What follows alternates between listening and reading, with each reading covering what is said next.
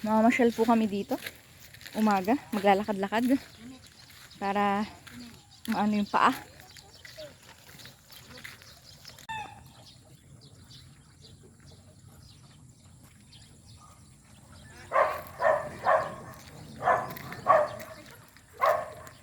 Ate, ganda naman ang aso mo. Ito ganda ng aso mo. Ganda ng balahibo ni. Oo, buddy. May kasama ka naman pala ate paglalakad eh. Ayan. Malago na po yung mga palay.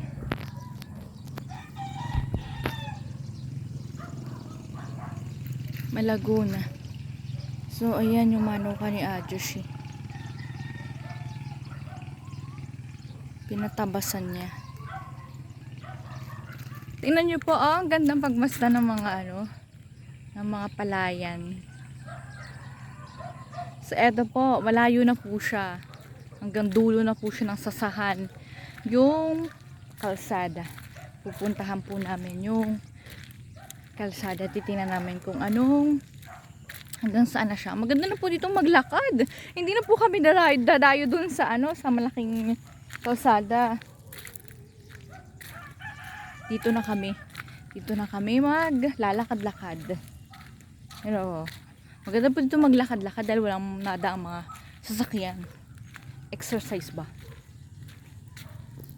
Po si Ajoshi 2 weeks na po pala yung kanyang opera. Ayan, naglalakad-lakad na po siya. Yung sa likod niya, yung bukol po niya sa likod niya.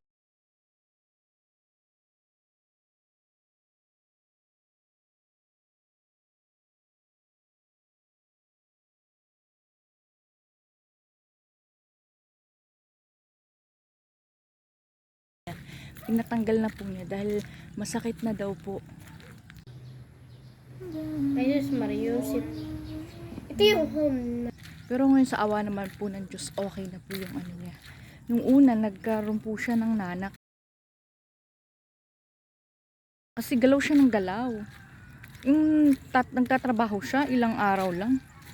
Ay nagkaroon siya ng nanak. Pero magaling po yung panlinis na galing sa ospital. Yung pong dextrose na may Sonrox. Ay napakagaling po niya. Yung po pala ang magandang palinis kaysa sa agwa kasinada.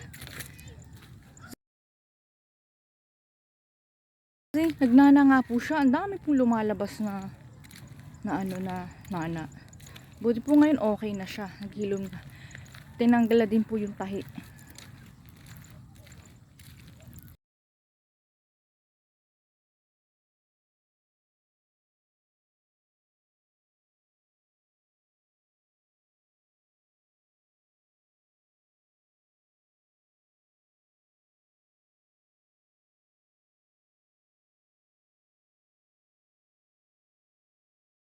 Kasama po ni Adjo siya yung aking bunso. Si Nero na uuna na.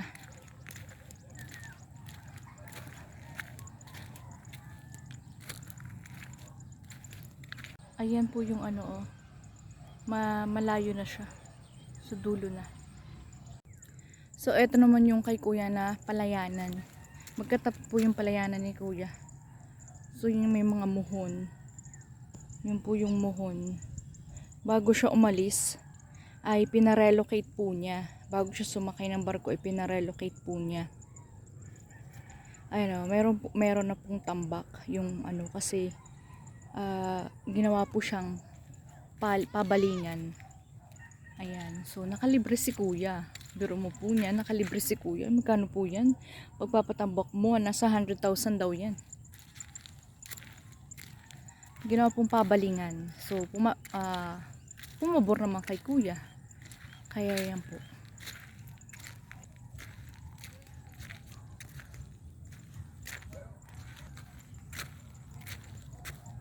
Ayan Ba okay na rin yan.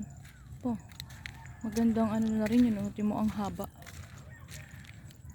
Si kuya na bahala magpambak kapag gusto niya pang magpabahay dyan. Malayo pa dun yung muhon. Ayun yung muhon pa ni kuya.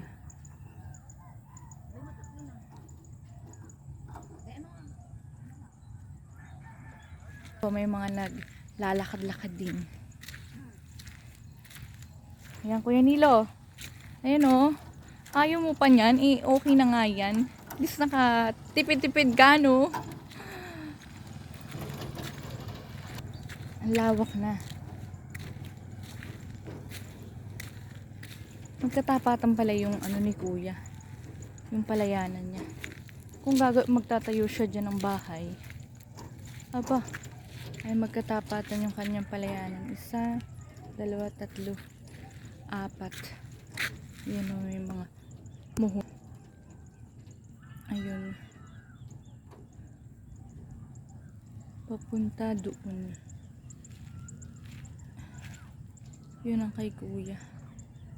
Yung muhon. Kasi nga po nabawasan po yung may mga palayan dito na 3 meters ata or 5 meters bawat isa. Di ko alam. Basta yun, basta nabawasan sila.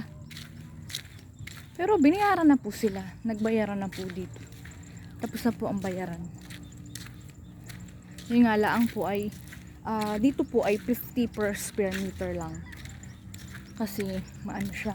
Pero pag po dun sa unahan, dun po yung una, 80 pesos daw po per square meter ang binayaran. At least malapit na po ang pagpupunta po ng sasahan. Ayun ang lapit na.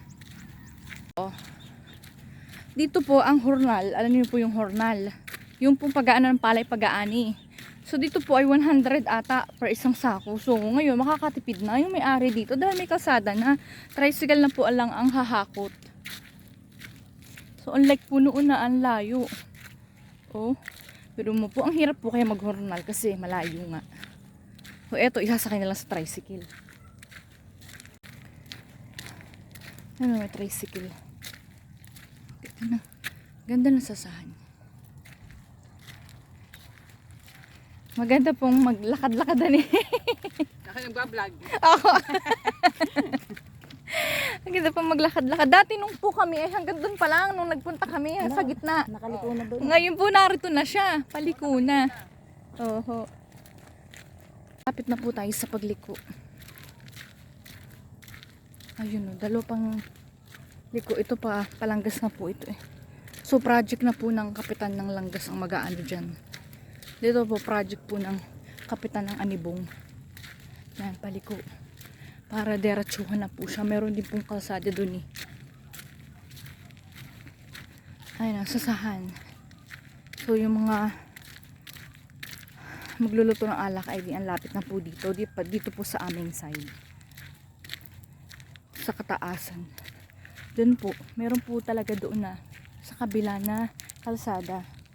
Sige, nung termino din po ni Kapitan Emiliano, siya din po yun.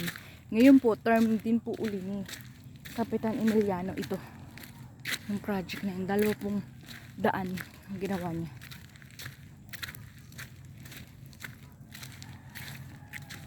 So, ayan, malapit na po ako malubat. So, ayan, tingnan nyo po, sasahan. Ito yung kibal. Kibal po ang tawag dito. Pwede po itong kainin. Para daw po itong buko. So, ayan. Malayo na po yung hayon. Sasahan.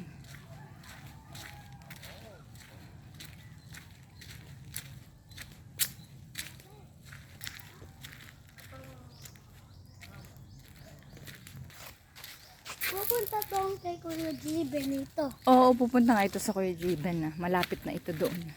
Ayan o. Ayan o. Tayo push. Aba hindi, ang magpupush niya na yung truck. So ayan, yung po may, so ayan, dito na po nagtatapos. So marami pa po. So ayan, pauwi na po kami. Okay guys, thank you for watching. Naglalakad-lakad din ang mga lola.